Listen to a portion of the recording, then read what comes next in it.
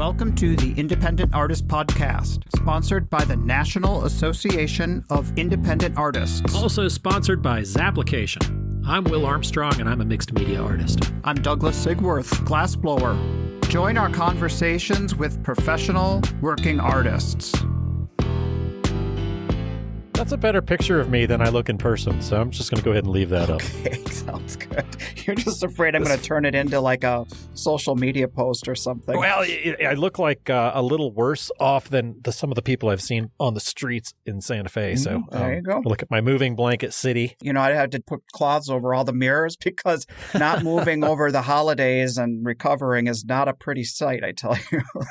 Are you telling me there's more? There's just more Doug to love for the new year. My belly is going to need to get a whole new zip code if I keep this up. Okay. Apparently, you don't need as many calories sitting around doing nothing than when you're like blowing glass and going to shows and all that good stuff. Very true. I noticed that myself. Happy New Year, Douglas. Nice to see you on here. It's been a few weeks. It has been a minute, hasn't it? It has. How are you doing? I'm fine. You know, the same, to be honest. Just I feel like I burn the candle at both ends most of the time, just kind of balancing trying to make work and raise kids and be a husband. That's the routine, right? Yeah. Well, over the holidays, do you kind of take a break from the studio and just do everything that the holidays entail, or do you kind of try and fit in studio days? How does that work for you? You know, after one of a kind, I typically will have like a custom piece or two that I'm trying to get done for the holidays, but I did not do that. My folks came in right after one of a kind. Oh, yeah. And so we had Christmas here with them. That was great. We geared up, got the house all decorated and had decorated a little bit early because they still wanted to have their holidays at home with my sister and the rest of the folks back on the East Coast. Sure. By the time it was over, though, I don't know if you've run into this with multiple holiday situations. When they left, I was like, okay, I'm done. Completely done. I'm like, I don't want to shop anymore. I don't want to wrap anymore. I want to undecorate the tree. And it's like December 12th. The kids aren't even out of school. Oh, there you go. Yeah. So, you've got to get yourself mentally ready to gear up for multiple rounds. I think I was a turd for like a month. I just was like, I was done with it. And I'm like, I don't know. You know me. I'm not in a good Bert in his finest, I am hearing. I'm not hiding it. No. Yeah, I'm not hiding it. It just is what it is. So I tried to gear up. Plus, my kids are like, Santa doesn't exist anymore. Hey, you might be doing some spoilers here on the podcast. Oh, yeah. Spoiler alert. Santa's me. Actually, Santa is Steve Harmston. That's who it is. Sorry. Spoilers indeed. So my kids are like, they wanted clothes. So boring. Boring. Wait till they're 21 and 25. They want money. Oh, yeah, you do is hand them some cash and we're done. They want money now, too. Yeah, okay. I don't know. It was boring. I mean, we had an amazing Christmas. My wife was incredibly generous and held it all together. And we had an incredible trip after our Christmas with my parents. Then we did ours here with the kids. And then we went up to Minnesota and did it with our big extended family, who I just adore. Yeah. But it was a lot, you know? Yeah. It's not easy. How about you? Good. I mean, with what I'm dealing with, everything's low key.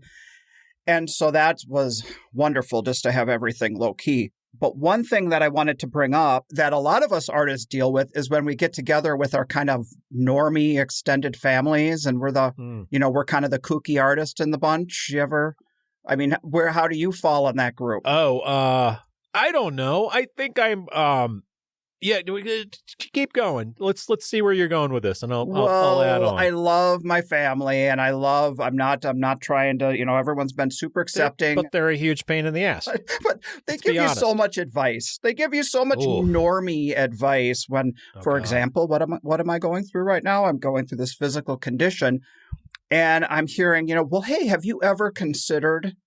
And when they started to say that, my hair spikes on the back of my neck, and I think, Will would be ready to come out fighting when he hear that one. Yeah. And the advice was, have I ever considered getting an employee who would blow the glass for me? Okay. And so, I did just what you did there. I gave the okay, I'll on the surface, I'll entertain this really great idea they have to make my life easier. But then as I start to explain, the nature of our business is it's all about handmade, one-of-a-kind work made by the artists themselves, blah, blah, blah. Sure. Well, then they get all defensive as if I'm like I'm somehow shooting down their brilliant idea. And why wouldn't have I ever considered that? How could you not consider that? Yeah. Why don't you just get somebody to do the shows for you, Douglas? Why don't you just hire somebody younger so they could make it and they could go do the show and then just give you the money? And then right? that was the end part of this whole story was at some point when they become professionals and they're making a boatload of money, they will just write me retirement checks for my training, my ideas, my mentoring. Every now and then it'll come on board where like somebody will be talking online and be like, have you ever considered selling your business? And I just don't think that that's a thing. I don't think that exists for us anyway. Not doing what we do. Yeah. Well, it's that's interesting.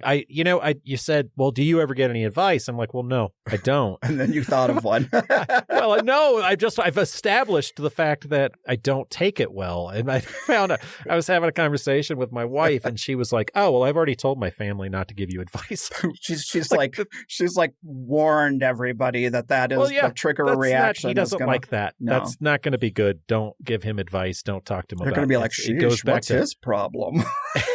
Don't make small talk with a volatile stranger, right? Exactly right. Well, I was the volatile stranger in that conversation, and it actually made me think of my talk with Duke Clausen. I don't know if the listeners remember this part, where he says that the trouble with some artists, and Duke has a long career on the road, as we all know. He's been doing this since everything. The beginning. Anyway, he said that what he's observed over the years is the tragic flaw with some artists who do art shows is that they don't know when to stop succeeding, and that people don't know when to put boundaries around that moment of like, once you expand to needing a boatload of employees or whatever, your business model then turns into being a boss. And it kind of steps away from the creative aspect of it. I'm not saying that all black and white for everyone who wants to be a self-employed artist out there, but it is a good point of kind of staying at the right size to fit what your goals and intentions are. Yeah, that's interesting. There are people out there that have assistants. When I lived in Richmond, I had somebody, I called her my assistant. She made all of my panels. She did all of my shipping. She did all of my, bagged all of my prints too. So, there are some people out there who'd be like, oh my God, he's not doing everything. And it's like, well, fuck off. I definitely agree. There are elements they're clearing the plate for you. Like if you pay somebody to sweep your studio out so you don't have to do it at the end of the day so that you can actually make more work, then more power to you. I'm not against any of that. And the thing that I learned this year that I loved was I can't afford it yet, but how can we go to the level where you can actually have a relationship with someone who can drive your work cross country and all you do is fly in and do the shows. I mean, that is a huge waste as some of those travel times and the wear and tear on our bodies with sitting in a van for 4 days. Yeah, it would be an interesting show to just like have this conversation that you and I are having and then cut back to some of the things like that Duke Clausen said, just punch that in. More editing for you, Douglas. Well, thank you. My pleasure. Sure. It's a great idea. It's just make it happen. As evidenced by this quote from Duke Clausen. That's right. I'm an idea man. No, but like that does go back to like what Dolan and Allie Marie were talking about. Allie Marie is so on it. She's as much a part of the business as he is, if not more. And she's not wasting her time sitting in a van. Nope. She's flying home and taking care of leads and closing deals, swinging deals and eating meals. Hey, it's all within the norm. Speaking of the Guymans, I noticed online and I messaged Dolan about this and he gave me permission to talk about it. They're doing a really cool thing. They're kind of giving back to young artists. They want to help an emerging artist out there by offering a grant. And I don't know all the details, so anyone out there who might be new in the business, want to get a little assistance with mentoring towards the business side of your artwork, go on Dolan Guyman's page. On his Instagram. That's where I saw it. Yeah. If you go onto his website or his Instagram, but I was going to mention that myself, so I'm glad you brought that up. But I just am really impressed with those guys and how they are giving back and doing the grant. And knowing those guys, I can't imagine that it's just going to be a check. It's going to be some advice too. Some mentoring type thing. And incredible. For sure. Yeah. So check that out. Get the details. But I'll drop all that in the episode notes. So when you're listening to the podcast, just look at the description and there'll be a link to their page for that. Yeah, that's just Dolan Guyman, at Dolan Guyman. That's DOLANGEIMAN on Instagram. You can find all the details and all the links and all of that good stuff. So even if you're just interested in looking at it, it's something cool to see. Yeah. And I mean, it might be good for any of us out there who feel like we are in a place where we can give back. That is a good way to give back. That might be a good example for an initiative for other art practices to do the same thing. You're going to go the other way and be like, and I'm going to apply. I'm because as well. I really need some parental guidance, and I'm wondering if Dolan and Allie Marie will adopt me at this point. I promise I'll clean my plate. I'll clean up my room. I'm a good son. Well, so this will be the plug section of the podcast. I actually have done something like that. You got hair plugs? Shut the F up, man. I need them. It's a lost cause right now, I tell you. No, razor's the way to go. No, I decided over this break that I, was going to focus on business and focus on the, innovation side of, since I have the time to do nothing but think and learn. And so I joined Kat Tesla and Julie Schumer's Business of Art workshops. Oh, cool. And I want to send out a plug for that. If anyone is looking for a little bit of business side help with marketing, with just all around aspects of running a business, they talk about working with galleries and working with shows and working on social media. So I'll also drop the link for them on our episode notes, and you can check that out. Yeah, please do. That's exciting. There are a lot of our guests now that are kind of giving back. Yeah. Marjorie and Vanderhart's got a wonderful program, as well as Kat Tesla, and now Dolan and Allie Marie. It's some exciting stuff happening. So inspiration as far as the new year goes and what we could do to give back, especially during these trying times. Oh, hey, well, speaking of trying times, we're entering a new year. We're looking at all the gloom and doom talk of economy and stuff. Are you doing anything different with that talk, or are you going to just proceed as normal? I just proceed as normal. I hate all this Chicken Little bullshit. It's, the sky is falling. We've been through it before. We have. And might as well deal with it when it's face front is how I feel face front. I mean, okay, here is something. I am, and this is, our fellow artists are going to hate hearing this, Sure. but I got more shows on the docket than I did last year. Okay. It was all going to be smaller and bigger punch, and now I'm just booking everything I can. You got the hamster wheel lined up for you, do you? Yeah, I do. I got probably, 6-8 of them on the books, and I think I only did 6 last year. Okay. Well, I was looking ahead to this year too, with the kind of planning in mind, thinking about last year was half of what I would typically do. And I think I found the sweet spot. I'm pretty happy with right around 12, 13. Okay. And I'm going to go forward with that. But what is different is I started sooner in the year last year. So I'm going to kind of have to, slide my calendar year more like April to November as opposed to what I did earlier in the year this year. Yeah, it's going to be a tricky year. I'm booking a lot of the same shows that my ex is doing, so we're going to have to juggle the kids somehow. Yeah. Yeah. So she's going to be at the same shows, which is great, but who raises the children? But they're at a sweet spot too. It'll be a little challenging for them. They've got grandparents and aunties. Yeah. Right. So I don't know. Have the aunties been asked yet? You're broaching that. Well, they don't listen to the shows. So fuck them. No, don't fuck the aunties. Nothing's really been lined up. Yeah. But, I remember those days, and I'm thinking back on, being a parent and being in this business. It is a little bit like, and forgive the reference, I've been watching a lot of movies, but it feels to me like being in an episode of Everything Everywhere All at Once. It's like you're standing. You don't know? Do you know that show? Do you know that movie? I don't know that one. I don't know it. It is insane. It's like it's Michelle Yeoh and Jamie Lee Curtis, and it's like she'll be standing in one space having a reality, and then boom, something else changes, and you've got these people coming and trying to kill you, and it's basically. Sometimes this business can be like that. It's like when I'm watching the movie, I'm like, yep, that's like being a roadshow artist right there. Huh. Interesting. I'll check it out. Yeah, it was really good. But anyway, so so you're spending you're biding your time in your little prison cell, watching a lot of Netflix, a lot of Amazon. Oh my God! If this artist podcast doesn't work out, Will, or if I sit on my ass too much longer, we're gonna be having to shift gears into like a Rotten Tomatoes review podcast. Okay, I've thought about that with like it's the Independent Artist Podcast Book Club There you go. Book of the Month, and we've already talked about that David Byrne thing a number of different times. Yeah. So. Yeah. So when we were with Ben last episode, we kind of stumbled into the conversation about how sometimes art is created with a venue in mind, be it music or be like we create something like as an installation or whatever. And that sometimes unconsciously or subconsciously that can kind of float into the creating of it, even though we think we're coming at it from a totally clean slate.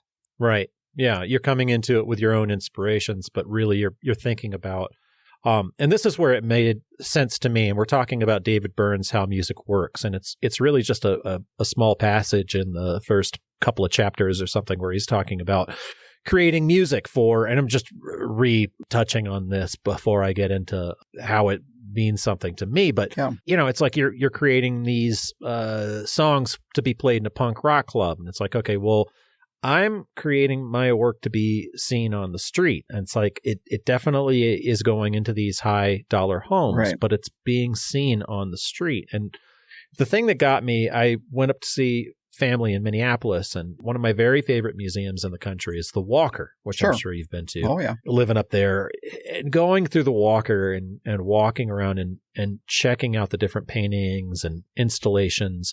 And what I noticed about all of the pieces is I work fairly large. You've seen my booth. Mm-hmm. I've got these 6 foot by 4 foot paintings are kind of my norm. Mm-hmm. I'd love to work a little bit larger. They're getting heavy.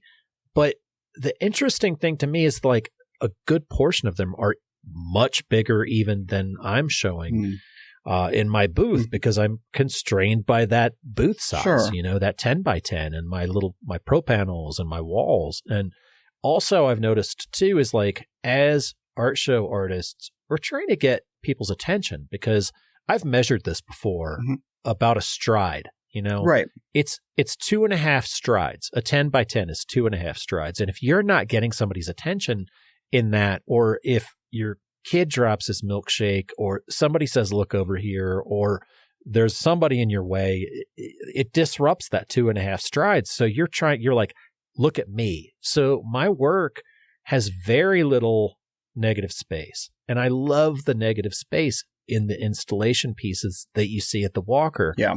And I love that. And it's almost like Prince used to say, and I've heard so many different musicians talk about, Prince said, the funk is not in the notes, it's in the space between the notes. Tom Petty said the same thing. It's like, it's the dynamics of the song is the space in between it. Mm-hmm. That's what I'm going to get at going into the new year. How do I have more negative space within my work so that my You mean within like the displaying of the work or within the work itself? Know. Yeah, the display. I mean, Dolan mentioned this too, and it was a throwaway line where he said he vowed one year never to have a painting on top of a painting. Mm-hmm. Like never stack it. Like let that piece breathe so it has room around it so that you can actually enjoy it. And then how do you do that within that 10 by 10? Sure. How do you show that? How do you give your pieces breathing room? And you've got like very successful business models, like take NAIA board member Diane French. Her booth looks great, always looks great, has a super old school way of showing. She's got stacks of stuff. Mm-hmm. Like everything is shown all the time. Right. And I think that is a totally viable business model, but I'm just looking at how do I give my characters within my paintings breathing room and also still be seen at a show. For me anyway, if I have one thing, I want to have it represented in maybe a couple different colors or styles because it's like that you have that one shot and you always get well, do you have that like anything else? And you can have it in the back or whatever, but it's like, it's kind of like, it takes me back to our talk with Eric Lee on the first season of the pod, where, I mean, he showed up with a freaking couch and coffee tables and I love that. And put out like flowers to give the ambiance of what his work will look like at home. I mean, the downside is we have to actually travel with all that stuff to create that space. Oh, it was a huge trailer, and it takes you all the time to set up a living space and all of that. But he didn't do it forever, but it definitely worked for him. It's like, how do you make that leap, though, so that you can create that negative space, that it gets its proper focal point? You know, people need to be able to come by and be like, whoa. But if there's so much going on around it, if it's too busy, there's too much for the eyes to bop around at, and the star doesn't get its focal point. Right. It's really interesting to see different people's, I don't know, their business models. There was a guy I was next to at Cherry Creek where he closed his booth if he had a big client, had a big fish. Oh, yeah. I remember this story. Yeah. He put a chain up. I'm like, that's ballsy. Or he needed a breather and was like, I'll be open in 10 minutes. Mm-hmm. And he goes and he's dusting his work and he's inside and people are walking by and we're like, who's this asshole? Like, this is amazing. But this element of, you can't come in now. But if the you know what I mean? If the audience wants to come in, it's almost like, what? I can't. Oh, I've got to come back What's going on in there? It really piques the interest when you have to kind of put the brakes on somebody. Right. I mean, we are all like, we put the taps on our toes and we're all like, oh, hello, it's me. And you try to do your thing. I love that different version where you step back. Playing coy. Yeah. Play coy, or you play in demand. You know, you create that kind of feeding frenzy and people are kind of like looking up and, hey, can I come in? And we're like, yeah, give me 5 minutes. I'll be right with you. Wow. You run the risk of even you describing that makes me a little nervous. I am prone to being the, what can I do for you? What do you need? What do you need? Oh, can I do this? Can I do that? You know? You guys do. You guys are you and Renee are very attentive, accommodating with folks that come in. And there's a lot of this and that and this and that with your different color styles. And you know what, though, you reach a point with that. And like, even with like deal making, where if they've spent enough time with you and they see that you've kind of run through the ringer with them a bit, we often get apologies. Like, I'm sorry I'm doing this to you. I'm sorry. We're like, this is what we do. We want to show you what we make, you know? But then they do kind of cross a threshold where the sale is inevitable. It's just finding the right thing. And it will happen. And if it isn't at the show, it can turn into something that gets ordered or commissioned or something like that. I think that eagerness does get rewarded at some point in that connection. I agree. And that reminds me of another thing, and this goes into sales, but when they say, I'm sorry I'm doing this to you, I know I've got them. Yes. I'm like, oof. And that's where I close it. Mm-hmm. And it's like, oh, I'm so sorry you're doing it. And I'm like, oh, yeah, baby, you're all mine. Like Ben Fry, we didn't get him to say this when he was on the phone, on the podcast with us, but when I've talked to him about sales, he says this all the time. He's like, they are amateur art buyers and we are professional art sellers. Yep. And so that's kind of like, that's my move though. Like when they're like, oh, I'm so sorry that I'm doing this to you. And you're like, oh my gosh, are you kidding? This is, like you said, this is what I do. And then they start asking like, well, how would I even get it home? And you're like, look, you just bought a really nice painting and they haven't even given me their credit card. Right. And they start referring to the pieces. Oh, I see. So that's like, even like jumping the gun a bit, but it pushes them over. I start referring to it as their piece. I'm like, well, your piece is so-and-so. And I'm like, look, you just bought a nice painting. Don't worry about getting it home. That's my job. You know, how's it going to fit in your car? It doesn't. It fits in my truck. Right. That's great. And they're like, you know, and they start feeling special. And it's all about making them feel special and being liked. Well, here's a new technique I've never tried.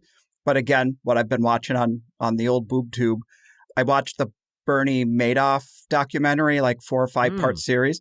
And I think it was an interview they had with him or something where he actually talked about how he could convince all of his investors to stay with him was when he would ever be questioned. So like, you know, they might say to him, you know, can you show me how much I'm making here? I'm getting a little nervous. I think I might sell. That his reaction to them was to get angry and indignant and be like, you want to cash out? Fine. You cash out. I'm going to give it to you, but never come back again. And he like insults them and says like, they're not worthy to be part of his investment group. And they're like, oh, no worries. I'll stay with you. No, I don't want to cash out now. And that's how he that's how he kept that Ponzi I don't know that we scheme should be going. getting. Yeah, I mean, it is that's a manipulation technique for sure. And it's like, are we really looking to give the folks some business advice from Bernie Madoff? I'm not advocating it, but I've seen a few people on the road who don't use honey. They use vinegar to get their way, and it works for them. I'm just saying it works for some of them. Yeah, that's funny. I can think of one who's really salty with his people. Pushes the line a little bit, definitely, but it doesn't ever bite him. It doesn't seem to bite him in the butt on it, so it works. No, and the same guy does the same thing with shows too, and he always seems to get in. Oh, interesting. Yeah. All right, be like Bernie Madoff, I guess. No, don't be like Bernie Madoff. Don't be like Bernie. Don't do it. But I will say that, listening to the people who were victims of his crimes, I mean, it's like it was part of our whole customer base down in like West Palm Beach and Florida and all down in there. It just literally feels like the people we talk to every single weekend walking into our booths in Florida, South Florida. That he sounded like those guys? No, that the customers who were taken by Bernie is our same clients.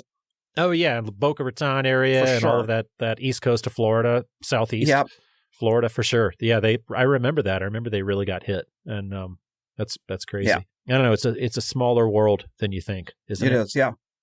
Hey, back to the kind of the whole New Year's idea. One of the things we did in Kat's and Julie's as a kind of an assignment was kind of a year review. And I'm wondering, do you ever do anything like that? Do you kind of look back over last year and see how it shapes your goals for the new year and what you want to do differently?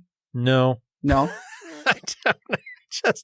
I want more. I just do. Right. It's funny. Like what I think about this industry, I do actually. I'm just messing with you. Yeah. But what I find is that unlike a lot of other industries, I remember being, when I had a job and January 1st would roll around and people would be like, oh, it's a new year. And I'd be like, no, it's not. We're just doing the continuation same thing we're always doing. Yeah. And it's like, well, with us, it really is a new year. It's a new schedule. You're moving things in. You're trying new markets. Mm-hmm. I do find that some markets get stale. Sometimes a show doesn't work out with your schedule, if you know what I mean. That's our line. When customers hear us say it didn't work out in our schedule, it means we got the goose egg on that jury result. Yeah. Please F off again. So, you never know. I mean, you never really know what show you're gonna do, or if a big one doesn't work out with your schedule, right, and you have to, you can't go there. Then how many shows does it take to make that one up? Sure. Yeah. Does it take 2 to 3 more to make up for that Big Daddy, whatever Clausen calls it? Oh, the super shows. One of the super shows. Oh. I think about our year coming up, and there are a lot of new players or new puzzle pieces coming in that aren't completely brand new. It's like, how every year you say we can craft together a good season, and that's ultimately our goal. And right. I feel like some of them aren't the same puzzle pieces that I did last year. And my first reaction is fear. But then it's like, you know what? I rarely go back to a show that I've done, let's say, 4 times, and it does not repeat its success rate. But I can have a similar success rate, and maybe even the same success rate if you look at the bottom line, when I swap in these other puzzle pieces and keep the collectors feeling like, I don't know if I'm going to see him next year. This is the year I need to jump. And so I am feeling optimistic and hopeful about some new opportunities that I have coming on in the next year. Okay. When do you think you're going to be back out there on the road? I just phoned in a cancellation for our first show because I got my boot on yesterday. People might be interested to know about that. Yeah. I had thought that when I got the boot on that it might take me a day or two and then I'll just be walking around on this boot. But man, was I ever surprised at just even standing on 2 feet and putting the lightest amount of weight on this foot, how bad it hurts and how I'm not ready. And the doctor said, oh, no, you won't be walking around for about 3 more weeks and absolutely no studio for at least 3 to 5 weeks. So that changed our plans for what our season's going to be. So like I said earlier, it's going to start later in the year and hopefully go into later, further out in the year. Okay. Does that have you looking at further down the line schedule, like September, October, more when typically we hang it up? Not necessarily that's when I'm starting, but I will extend now into those months where I might have, because I'm going to have to do this again only with my left side. And who knows, maybe if things go well and I can make it through 2023, then I might put this foot off to 2024. But it's all like moving puzzle pieces. You're going to be so prosperous looking. You're going to be so. That's what I call when I put on. I'm going to be looking robust. Yeah, when I put on a couple of LBs and they were like, "Oh man, look at my prosperity. My prosperity is showing." Okay, well, aside from the whole New Year's resolutions with our business and our artwork, my New Year's resolution was to hop on the spin bike starting next week, since I don't have to stand on this foot, and start actually training so I can be on my road bike this summer. But I won't be able to do that now for another month and a half. So that was something that kind of bummed me out too yesterday. It's kind of stuck in limbo for a while, but I'll be fine. Major League Baseball season starts in 2 weeks. Baseball spring training, baby. No baseball playing for me. My dad was the baseball player. Were you a baseball player, by the way? Not much. I played some, but really I'm just a fan. I knew you were a huge fan. I was wondering if it came from playing as a youth, but my dad was the baseball player in our family, and so of course I was put into baseball as a youngster. And let's just say that I was a really good scorekeeper. Did you fill the box in? Oh, damn. I don't know anyone else out there who's more artistically inclined and less athletically inclined. But, you get to the end of the season and they put pressure on these kids who maybe haven't performed as well the whole season, and they want them to have a win. So then they put him up at the plate. That was me. Put him up at the plate, see if he can hit the ball and all this kind of stuff. And lean into it, Douglas. So lean into fucking humiliating, man. It's like the basketball game. I don't want to be throwing the ball. Like, I don't want to just wait under the basket and have them throw the ball at me and then to miss when you have everybody's eyes on you. So don't do that to your kids, people. Don't do that. Hang tight. We'll be right back. This episode of the Independent Artist Podcast is brought to you by Zap, the digital application service where artists and art festivals connect. Great news! Zapplication has extended their sponsorship of the Independent Artist Podcast into 2023. This is a podcast, Douglas, that you and I took on that started out as a replacement for the NAIA's newsletter and quickly morphed into something else. It sure did. It's turned into a place where we can share our voices as professional working artists. When we first took this project on, it was a pretty small potatoes kind of thing. And as it has grown some serious expenses. So thank you to Zap for helping us take a lot of those on and get these voices heard. Our tribe is resilient, and the stories are so fascinating. So stay tuned for another season of interesting and inspirational conversations on the podcast. Okay, so back to what we were talking about with looking forward to the year. I really am not going to put as much pressure on the shows. That I am hoping that what I've learned in the last 3 years is that these other funnels of like installations or the funnel of, website, that can be nurtured more and maybe take the pressure off of having to hit the road every time I want to make a sale. I don't know. Do you have that kind of goal? Because I know you do work with galleries and you've taken on some installations and stuff like that. The in-person thing is still what drives me. Mm-hmm. I have 2 galleries. One is severely neglected right now that they actually opened up a new location and I haven't been able to fill any kind of orders for her. And then I've got this other one. And she's funny. Like I have 2 main galleries that I sell really well in. And I feel like they know about each other and they're like, I have, the gallery owner's like, well, I could have sold that in my place. Oh. I saw that you're having a show. You could have done a show here. Why don't you just do the show here? It sounds it sounds like my divorced parents. Yeah, it's a little bit like that. Yeah. Like, why aren't you visiting here? Yeah, I saw you were at your father's for Christmas. So I don't know. I run myself a little thin. It's just me. I can only create as fast as I can create. Right. And I still love that in-person thing. You know, I mean, it boils down to this. It's like, yes, we have to diversify. We don't want to, yes, the website, yes, the galleries, yes, all this. I hate it. I've told you before, I hate all this talk of that. Like, I just want to show up and sell my stuff. Like, and I'm excited about getting back into it and just getting there in person. Well, I think about, to me, what really hit home our first season with talking to Chris Dahlquist is how we can maximize our time at the shows. Because if we don't know what we're looking for, like, I know that I want to do corporate installations, home installations, and I have that going in my mind all the time. So when I'm at the shows and in person, that I know how to funnel them into a sale at some point. You know what I'm saying? And I feel like the in-person shows are a huge part of how we do things. But knowing the goals of what I want to have come out of it, it isn't just a wrap up and send what's in my booth that weekend.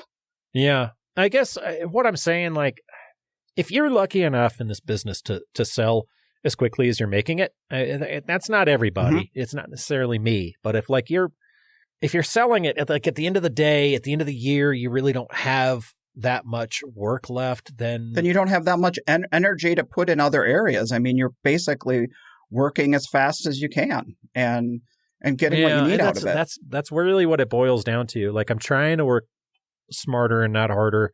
That's the big adage. But at the same time, I'm working as hard as I can, and it's paying off for the most part. Mm-hmm. Sure. Yeah. Hey, back to that topic we had earlier about deal making and the economy and everything. I was curious about the whole process of, like, deal making. Some artists really hate it. They say, I'm going to market what it's worth. Somebody comes in and wants to buy it at a discount. Go fuck yourself. I'm not dealing. Right? Yeah, totally. Well, how do you feel about it? You want honesty? Of course, honesty. The full-on honesty. I want the full-on Bert. Bring it. All right. Here's my answer. If you don't make deals, then you're cutting out an entire percentage of the population that makes their money by making deals, because they're not buying anything unless they get a deal. Like, they deal with it all day long. You get these top 1%ers that people are doing it to them. And so they're going to turn around and they're going to do it to us. Is it fair that the CFO of FedEx got $500 knocked off of this painting? No, it's not fair, but get over yourself. And you factor that in, right? I mean, since that's the name of the game, that's part of the whole. I mean, that's how I do it anyway. It's part of the dance. It's part of the dance. It is. It's part of the dance. If somebody walks into the booth and they're like, I love dancing, and you're like, yeah, well, I don't like the foxtrot. F off. Yeah, for sure. I don't know. It's just, that's the way I run mine. And I absolutely listen to, like, this here. I have some dear friends that are going to be really angry about this, and some former guests that are going to be like, "What?" Because here's another side of that. Yeah. If I'm in my booth swinging deals, then I'm encouraging that same client to go next door and swing deals with somebody who doesn't swing deals, and it really worked for you. Why doesn't it work for this person down the street? And it really screws up their business model. So it's a delicate balance. I don't swing that many deals. But after having so many customers come into my booth that I recognize a certain type of human being, and I still want their money, then I'm going to dance. Well, I have a couple conditions on my dealings.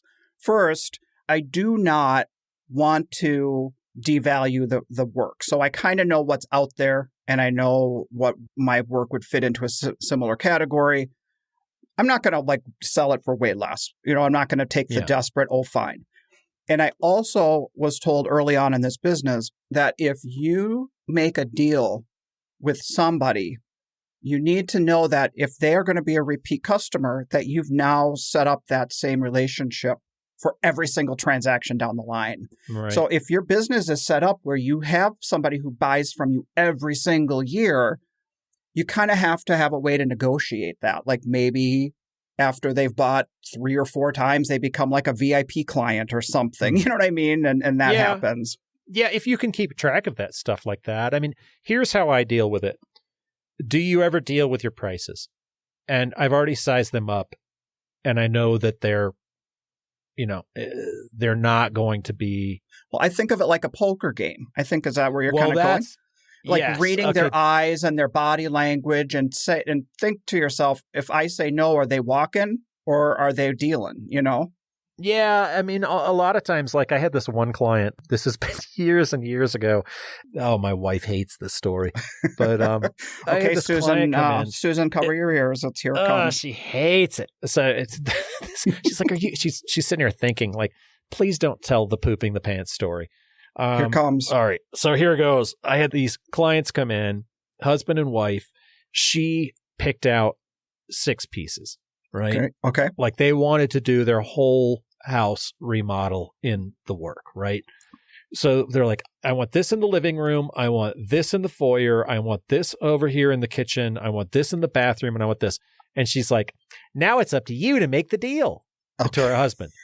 And then she left for him to go make the deal. And it's like, this is a different body of work than I currently have. So the 6 pieces, it's a show making sale, Sure. It's like $7 or $8 grand. Yeah. And she's like, and I totaled him up, and he was like, he just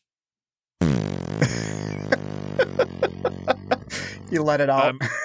He's just, his bowels released, just let down. I was like, wow, I think I might have just made this guy shit himself. Okay.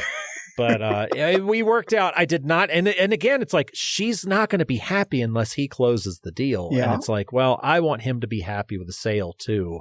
So do you charge him, like, knowing full well that this is going to be a marriage harming failure if he doesn't come home with the big sale? So you have a little leverage in the deal. You give him a little bit of, it's like a little bit of like, look, I'm going to give you my collector's discount. This is the price. This is what it is here. He still was like, less air inside of his lower intestine, but at the same time, it all worked out.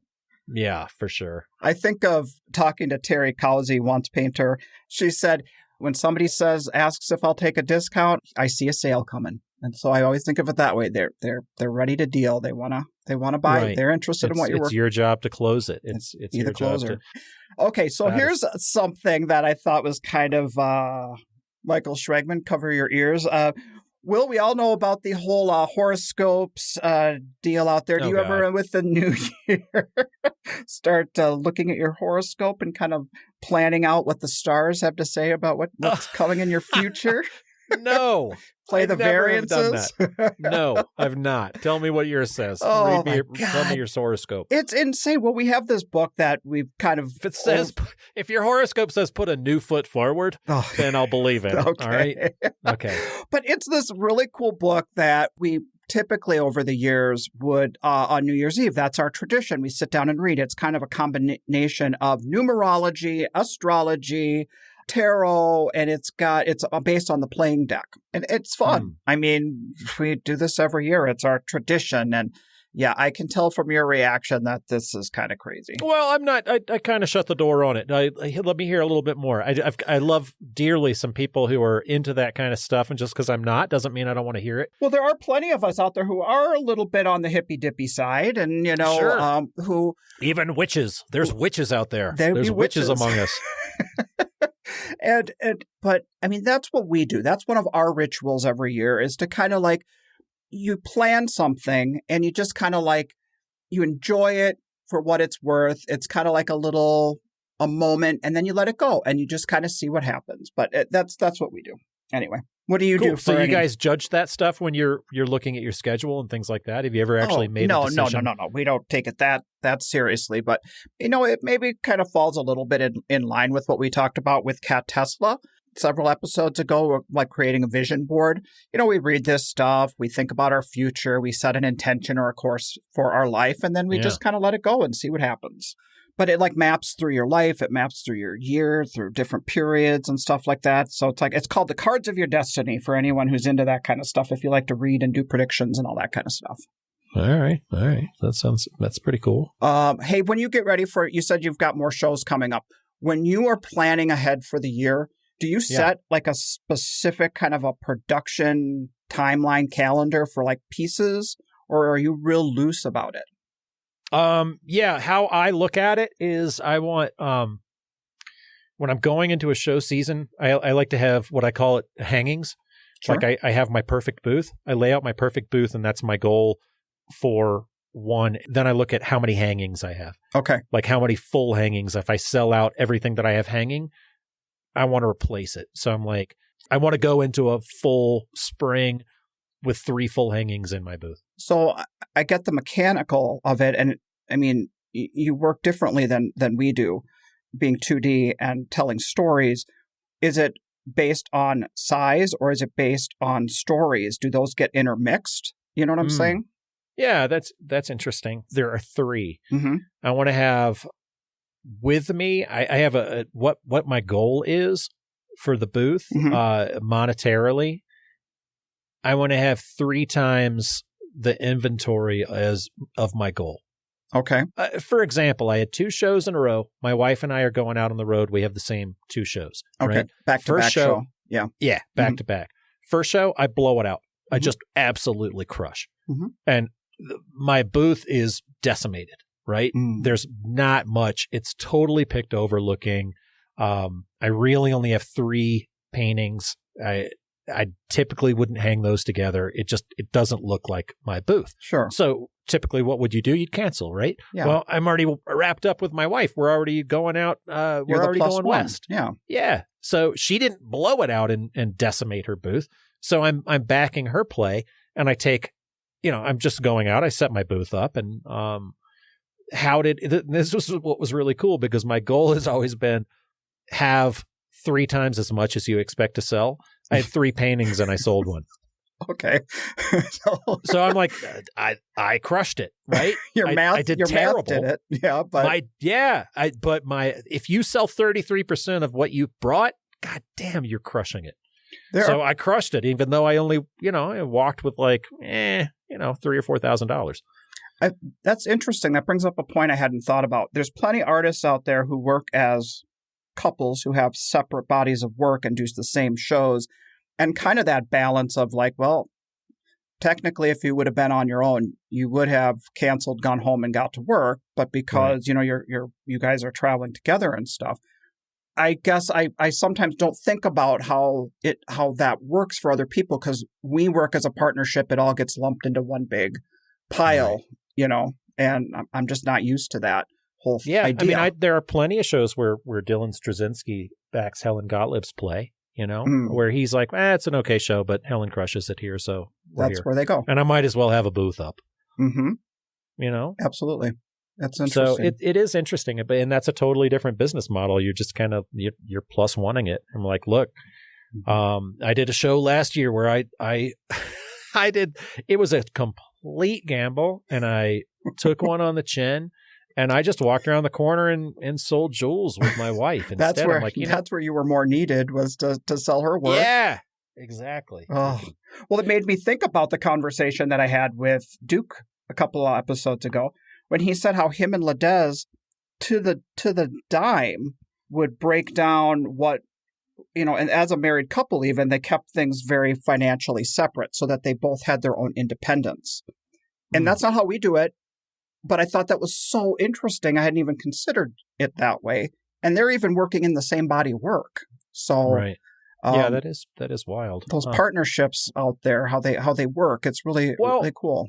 That brings back something you said earlier in the show, too, where you're talking about your show schedule. And I'm like, well, my ideal number of shows is 6 to 8, for me. And you're like, I don't know, we're more 12 to 14. I'm like, well, if you count how many Susie's doing and I'm doing, that's a lot higher. That's closer to 14, 15, which is up to what you guys are doing. It's like we're actually doing the same amount of shows, but you got to support both of you. In order to do it. And if you have 2 of you, then you can. That's all. Yeah. Assuming you can walk around on your feet. That's the big variable, isn't it? Yeah. So, why don't you hire somebody? I don't. That's such a great idea. I should consider doing that. Hey, will you come work for me? Absolutely not. You can't afford me, baby. Hey, so back to the new year and kind of like, I'm in my head, obviously. Sure. Because of not being able to be physical. So I'm watching things getting inspired by things, making me wonder where that inspiration comes from. And I had a dream one night about my art and about the art business. And I realized we've never talked much about kind of the dream life on the podcast. Do you? Does that ever factor into anything for you? Or are you one of those that just doesn't dream at night? Oddly, you popped up in my dreams the other day, gorgeous. Really? Yeah. Tell me all about it. Well, it was a typical show dream, kind of, but it was just like a regular show, and then you came bounding into my booth on your brand new feet. So hopefully that means good things to come for you. Well, my energy is definitely there, but not physically. So hopefully that is a sign. I'll take it as a sign from the universe. Yeah, for sure. I wonder if there's something you can do. But back to the dreams. Do you ever have dreams about your art or dreams about being at a show? Anxiety dreams, sure. I definitely have anxiety dreams at shows. Like the show was set up like yesterday, and then it's the morning of, and I'm not set up yet. It started. The streets are closed. You can't get to your booth. Your booth is 3 feet wide. I actually had one of those real life anxiety dreams once. I set up, it was one of those morning setups, a Florida morning setup. And I set up my booth where it was marked, and then they had mismarked the booth sizes. So an artist came and their booth was like 8 feet or something instead of 10. And instead of dealing with the director and having him find a new spot, they set their booth up in front of me, and try as I might, I couldn't convince them not to. So their booth overlapped 2 feet in front of my booth, and I was like their back room. So that was like a real life anxiety dream. What ended up happening? Did you just take it, or? I took it and I had a shitty show. I glare at them every time I walk by them and down the street. See, here's how I deal with that. I'd be like, okay, your booth is coming down. All right. Yeah. There's 2 options. You take your booth down. The other option is we end up on the news. That's it. Yeah, you've got a little more aggressiveness than I do in that regard. Somebody's setting their shit up in front of my booth. I do. I took it up with the director, and they just shrugged and walked away. I'm like, oh, yeah, not good. Not good at all. So one of those that's not happening. Pissy moments. But no, I do dream a lot. I do dream often. One of my anxiety dreams, actually, when the kids were little. This is bizarre. I'm blowing glass, and it's dangerous in a glass studio. Sure. And the dream will go from opening up the oven, and part of it might just be because so much of what we do is so repetitive, is so like second nature. So I'm opening up the furnace, which is 2,100 degrees. I take the glass blowing pipe, and I'm going to dip into the molten glass. And as I go to turn it, I realize I'm holding my brand new baby, and I'm like lifting the baby into the furnace, and I wake up screaming. And those dreams are like real, man. Those are scary dreams. Yeah, that's not good. Not good at all. Keep the baby out of the furnace. Oh, Jesus. But anyway, I do dream about, work too. I've been dreaming a lot about making stuff and what we're going to make. And I'm kind of looking forward to this next year coming up. Nice. Ever come up with ideas in your dreams that you write down? Renee does. In fact, Renee is very visual when she exercises. Huh. So there's a lot of times she will hop off the treadmill or take a break from what she's doing, and she'll sketch something out so she doesn't forget it. Interesting. Her mind, gets really activated from that. It's interesting. We're talking about inspiration and where ideas come from, and just talking about going to the walker. And I tend to be more influenced maybe by photography, which is odd, than I am about necessarily paintings. But a different medium than yours gives you kind of inspiration and for what to make for designs, or inspiration to do your own thing. You know what I mean? Doing my own thing. I'm certainly not taking from somebody else. It's more of like, honestly, the big inspiration for me this year has been seeing like Negative Space again. Mm-hmm. There's like I don't know if you know the Minnesota, actually I believe she lives down here in Santa Fe, but Agnes Martin. But like, she's an abstract painter that my wife turned me on to that we really love. But it couldn't have anything less to do with me and my body of work than this really subtle abstract painting that you can barely even tell has a pattern until you're right up on top of it. Like And no one would draw the correlation that would, like looking at your work and looking at this person's work, that you would find such inspiration from it. Right. Or like like Laura Nugent, who I really admire her work. She's an abstract painter, but she's drawing from some patterns and getting down into some patterns and things. And that is a really tough sell at an art show, like this subtlety that she brings to her work, because it's like, you almost need that breathing room, that walker space, that museum space. She's more of like an Agnes Martin kind of thing in the scale of a 10-foot by 10-foot booth. Or Sharon Lockhart, again, these artists who are like, they have the courage to let their work breathe a little bit even within the composition. So I don't know. That's my goal, if anything. I've been getting inspired by stuff that wouldn't even relate to what we do lately too. Like I just watched the Vivienne Westwood documentary. She just passed away last week. Do you know who she is? She's the punk rock fashion designer.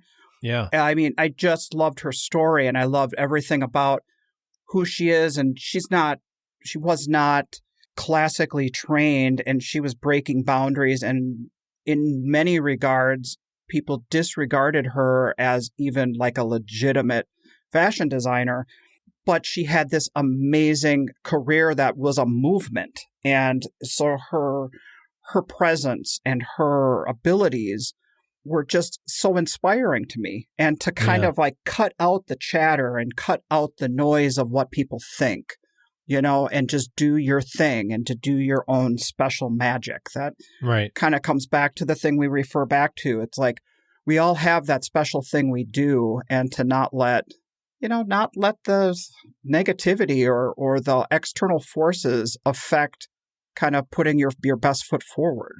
Right. That's interesting too. The whole, I don't know. And how do you, this is another thing too, like if you're only getting and this goes back to, again, and sorry to keep bringing it back up, but like that 2.5 paces in order to get past your booth, how do you have something subtle? How do you have the courage to have subtlety within your work if you're constantly like, hey, look at me. I got to be bright. I got to be this. I got to be that. I got to be, graphic or dramatic or, I think I'm trying to do that also with social media and with website by showing what we do in people's homes as kind of like maybe an after the show kind of example or catalog of what can be done, because I do not want to show up to the show and feel like I have a minimalist booth. I would be a nutso, because I do feel like I need to have everything we do represented, because I want to have those conversations. Sure. No, that makes sense with what you're doing. It totally does, because what you and Renee have created is a store. And I admire that. And it's a different business model than what I'm trying to do. I'm trying to create. And don't get me wrong. I mean, this is not, one is not better than the other. No, but it's just you've different. Created like a store where I have to create a gallery space, and it's like you kind of walk in and it's a little breezier, whereas you are going after more of like punchy excitement, and you capture an energy, but an elegance within that too, which I think you nail. But anyway, but a lot of what we do is with collections. So it's piecing. One of the ways we are able to kind of up our game is having multiple pieces tell a bigger story.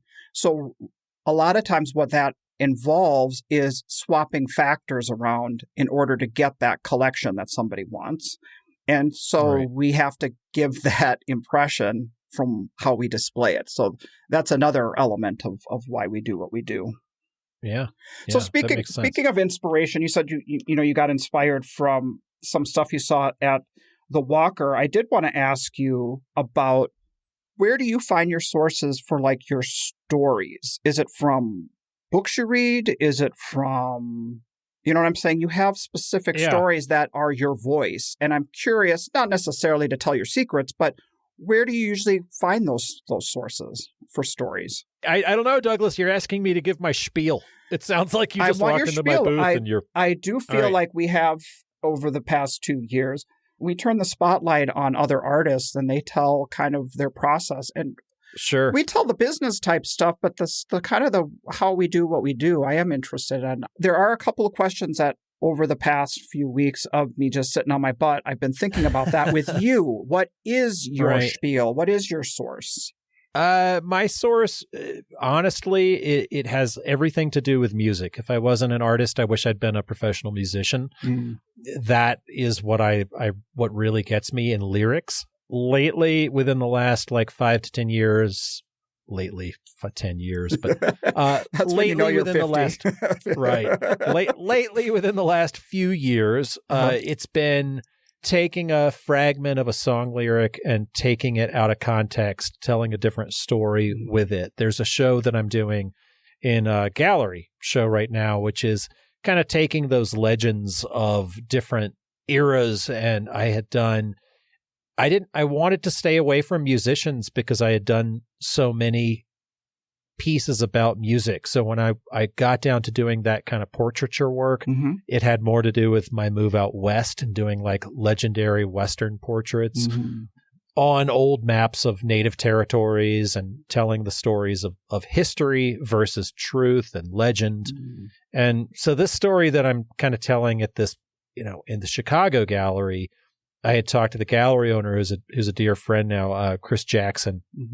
He and his wife are on the circuit, Jackson Young Gallery, but Laura Young is the artist, and he's always been the seller, and they opened up a gallery. Anyway, talking to him about Chicago legends and, who are the next steps of within that, Western legends in Chicago, you've got the mobsters. So I did this series of kind of taking some of their quotes out of context, misaligning their quotes, taking them to mean other things for us as inspiration, I guess, and then playing with the historical timeline as well, taking the background imagery is slightly different, using some of my old kind of the lady in red as the focal point of the lady in red who killed Dillinger. She's the one that set up John Dillinger, and he followed this lady. And it's if you take the actual story from eyewitnesses and the lady that comes in, she's actually wearing orange. Okay. But then that goes in hand with Mark Twain's "Never let the truth get in the way of a good story." Yeah. I do a lot of your pieces. I like that twist or that deeper meaning, or maybe an irony of it is the line, but then there's the flip behind the meaning of that, or what does it really mean? What's the deeper meaning behind it? Right. And sometimes it makes me laugh. It makes me think. That's sweet. Yeah. A lot of times the meaning I don't even share with some of the people. But there is so much behind it that is almost it can be just for you. It can be for the collector, but you don't want it to prohibit the collector from, let's say, connecting with another element of it that maybe wouldn't jive with what your intention behind it is. I try to tell stories on a couple of different levels. I don't shy away from the term illustrator. That's what I was trained as. That's what I like. So when I look at my work, I think of it as large format illustrations presented as fine art, if you will. Yeah. And so I love to get into some more of the kind of abstract stuff, but I'm a lot more anal retentive than that, and I can't let that go. So I like to try to be a little looser, and that's always my goal, but it's been my goal ever since I was in college. That's always been the critique of my work. Has been people have been like, can you loosen it up a little bit? Can you let's see you get a little bit more free? And I'm like, the older I get, the more I realize it's just not who I am. Yeah. Well, you got to do what motivates you. I mean, really. Yeah, and dance with the one that brought you. Yeah, a lot of times I go to shows with new work and they'll be like, yeah, but where's this? And I'm like, okay, well, I got to have a delicate balance of being inspired still by my old work and taking it to new places. Sure. Conversely, how about yourself? How do you answer that same question? For me and Renee, which there might even be differences between the two of us, but I'm sure. I think that a lot of it is our process. I mean, we found each other's perfect playmate, and glass blowing is so much ebb and flow. and changing along the way. And I fell in love with the process when we started, and I'm still in love with it. I love that you can start out in one direction and then something starts to change and you're like, okay, I have to abandon this original idea because the glass isn't going to do that, but I know where I can take it from here. So it's not like it gets out of your control or anything. Right. And so it almost to me serves as a symbol towards life, being a little more hippy-dippy in the sense that, do we really have control over every little aspect of things? And to kind of allow that control to go and see how it manifests. And, you know, Buddhists believe that there's a real power in detaching from outcomes. And so I would say that we definitely work in that way, especially in our kind of loose, abstract, what we call our watercolor series, because it's challenging when the glass is stretching at varying rates. It's hard to have it be a predetermined look. So we flow with it and we allow it to have almost its own evolution. And that almost becomes satisfactory in the aspect of the process, because we know we solved that problem, that puzzle. We started here and we got to there. So it sounds like your medium dictates a lot of your creativity too, because like you talk about the flow. You got it. And it's like that's the way your work has to flow between the two of you guys as well as the glass. Is that what you're saying? I am. New ideas and new series come out of where the glass went in a place we weren't expecting it. And I sometimes feel like it becomes stale for us when we get too rigid about creating a design in our mind. I'm not saying we don't do that. I'm not saying we don't create a design. That would be like not even actually factual. I understand. But we kind of have a roadmap and we allow it to unfold. And pieces that I like the most are when they have a surprise at the end. And I'm like, oh man, I did not see that coming. Yeah. Or with me, a lot like what Ben was talking about last week or few weeks back was the whole, sometimes our clients tell us what it's about. Because if I'm I try to tell open-ended stories with my work. I'll have a historical timeline that I'll walk, like where music comes from and where it goes, and the Deep South as it goes up the Mississippi River or 61 into Chicago. I'll work that theme, and that's where I like to sell my work too. Is a lot of times like along that corridor from New Orleans to Chicago. Okay, that's where I feel alive, and that's where the music that I love was created, and I'll take a fragment of a song lyric and take it out of context and still tell that same story within the same story, or have like, myself at the crossroads of 61 and 49 instead of Robert Johnson. It's like, well, here's this kind of cowboy guy, and it's still the music of where it comes from and where it goes, but taking different characters and putting them in different situations. And that's what translates into other people's meaning. Right. Like if they have a similar, when you have a connection to Route 61, for example, and then it might be different than what you were intending, but their reaction to it is equally valid as to what you were trying to express. Exactly. I love the romance of that road, because take Bob Dylan, and he's up in Minnesota, and he's romanticizing 61, getting down to the Delta and getting down into the mud of whatever. Well, then you take the blues artists who are down in the Delta, they're dying to get on 61 and get the hell out of there because it's this depressed, awful, racist, restrictive place to live. So I love that kind of dichotomy of like the romance of the road versus the necessity and the storytelling of what exists on that plane. So this just came to me. So music is an inspiration for you as a listener, but were you a musician? Yeah, I played upright bass in a little rockabilly blues band. Oh, cool. I knew you were in a band, but I didn't. Did you sing? Did you play? I just played upright, sang a little backup. You can find us on iTunes if you're interested in that. The band name. So Elvis had this henchman as part of his Memphis Mafia, whose only job was to go get Elvis and the rest of the crew hamburgers when they were up late practicing and hanging out and partying. Okay. And so the guy's name was Hamburger James. And so we named our band Hamburger James, and you can find, we have 2 records up on iTunes. Nice. There I am standing there looking super smug. But yeah, I play upright bass and what about that character was so that made you want to choose that as your group's name? That's just obscure. It's attached to that kind of the history of that music, and he's just so ridiculous. Cool. Like he's a really ridiculous character. Hamburger James Cawley. But last time I checked, he was still alive and living in Memphis, so you could just look him up. Awesome. That's pretty cool. Yeah. Old guy. Okay, so one last thing before we go. I wanted to talk a little bit about this project and what we've been doing here on the podcast. We all know that Barbara Walters passed away recently, and something that they played over and over again is clips of her talking about when she did her interviews with people, how she would always finish the interview and be like, why didn't you ask that question? Or why didn't you ask that question? And it made me think about our podcast. Did you ever have that when you talk to other guests that afterwards, like it went down a different road, or you wished you would have asked that or something like that? Yeah, there's always things we leave on the table and little parts of the notes. And I try to end it, typically I'll try to end it with like, is there anything we didn't cover, just to see if there's things that are out there. What do you wish we had asked? Sure. But what are some of the ones that haunt you?